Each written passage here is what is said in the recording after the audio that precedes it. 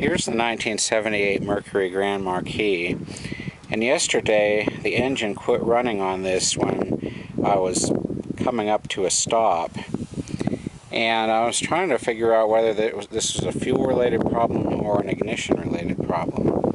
The first test I did was to put the test lamp on the ignition coil, and I tried to get it to reproduce the problem here at home, and it seemed like the light stayed on continuously.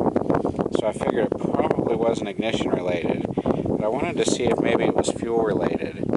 So I got a fuel pressure gauge for carbureted engines. I've got it hooked up with a T-fitting in the fuel line between the fuel pump and the carburetor. And we've still got some residual fuel pressure in there from the test. I had it running a little bit ago. But I'll turn it back on and give it a test. I'm thinking that the fuel pressure on this should be about 5.5 pounds. And I've had a suspicion for a long time that the fuel pump on this just wasn't working as well as it should. Also, I figured yesterday with extremely hot temperatures that fuel may have been boiling in the fuel lines or the float bowl, and there just wasn't enough fuel supply from the pump to make up for it, so the engine just quit. I'm going to start it up now and I'll check the fuel pressure.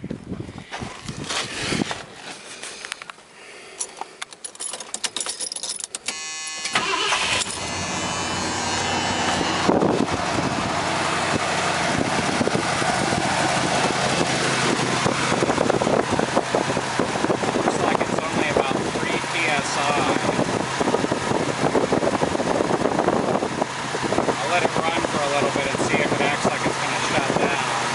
I can already tell that it does not sound normal. You can, I don't know if you can hear it, but you can hear that it's kind of missing a little bit. Let's check the pressure here. Yeah, it's going down from 3.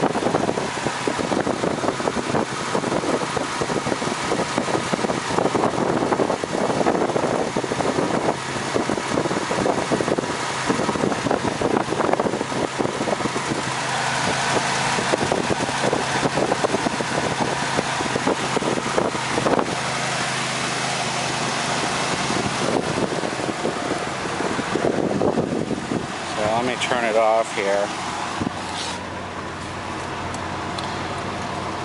Let's see if I can get the key to turn. There we go.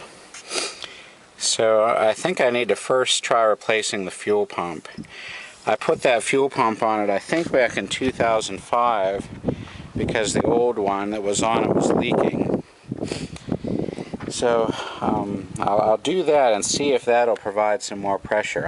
I just have a suspicion, and maybe you can help confirm this, that there's not enough fuel pressure, and especially in extremely hot conditions, vapor lock could have been occurring. So I'm going to leave this fuel gauge on here. I'll get a new fuel pump and replace the fuel line here. And I'm hoping that the problem isn't further back in the fuel tank. I guess we'll just have to check the pressure with the new pump, and if it's still not where it should be, I'll have to go back to the fuel tank and see if there may be a bad fuel line back there.